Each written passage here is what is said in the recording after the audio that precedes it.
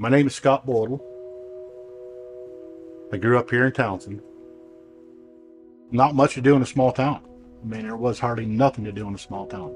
Especially in town of Townsend, you had 5 or 6 bars, about as many churches too, surprisingly. But my mom's side of the family, my grandparents would go to church during the major holidays, Christmas, Easter. We never went to church as a family.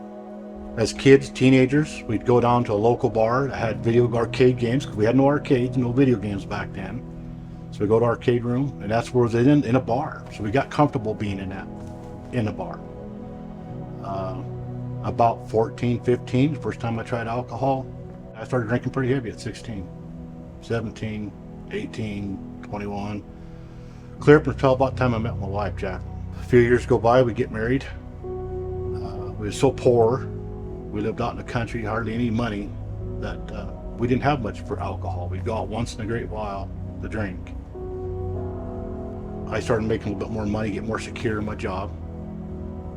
And that's when the problem began. I come home to unwind, I'd have a couple beers. And then it turned into being a 6-pack. It turned into a lunchbox. Around here we call the lunchbox the 12-pack of the tall boys. And I drink a whole box of them every night.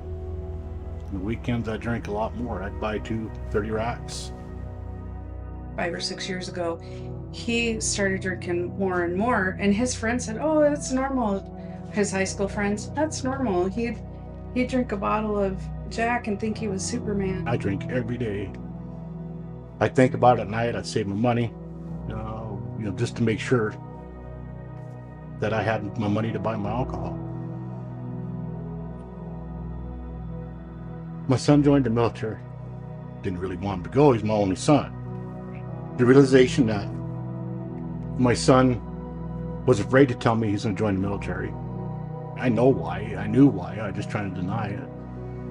2 months in, he found out he had cancer.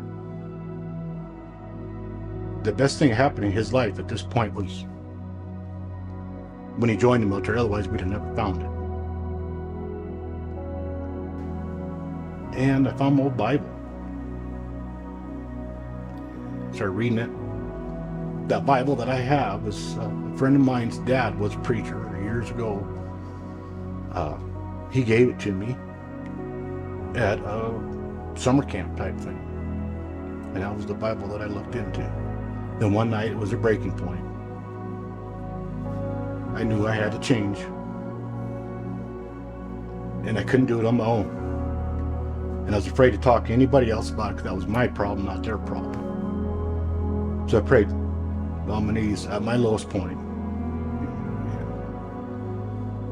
Prayed to Jesus, take this addiction from me. I prayed it a couple times. My wife was at work, so I was in my own little room. I tried a beer that next day, and it tasted like vile. It was miserable. I tried it again a couple months later. It tasted worse. It was even worse, like death almost. And I still read the Bible, and I prayed and started doing studying.